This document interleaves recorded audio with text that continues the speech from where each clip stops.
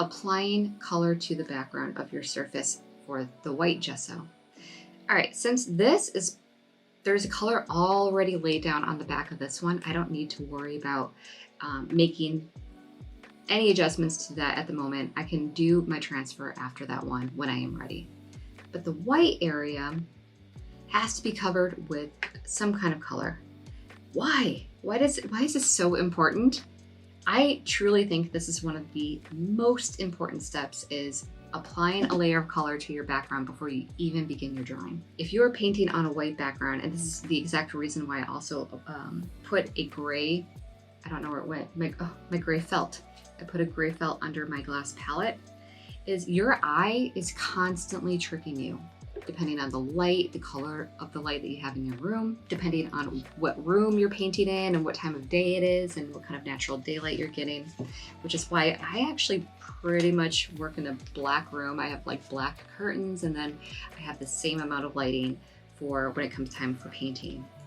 Because your eye plays so many tricks on you, if you keep it as a white surface, your eyes are also going to be playing tricks on like what color paint you're applying to the surface. Maybe you're working on a gray background on your palette, and then you put the paint on a white piece of paper. You do that, the white, because it's so light in value, it's going to make your paint seem wrong and inaccurate, like the color is not correct from the one that you mix on your palette. And the way we can minimize that is just getting a layer of color down immediately, so we don't have to really focus on if our paint is right or not.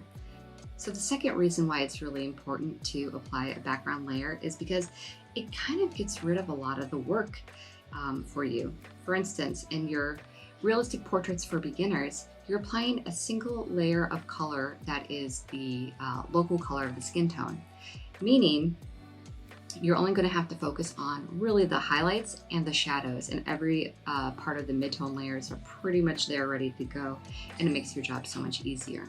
In cinematic portraits, where you have a lot going on and there's a lot of lighting effects and stylistic decisions, then painting a background is going to help you not only map out where everything is supposed to go, but it's also going to help you create any kind of lighting effects that you would have trouble getting at the very end with your color glazing. So let's pretend that we have, I don't know, some kind of blue light in this painting. What I would do then is, even with my gloss glazing liquid, I would just kind of apply paint to the background of the surface and just imagine that the whole thing is covered.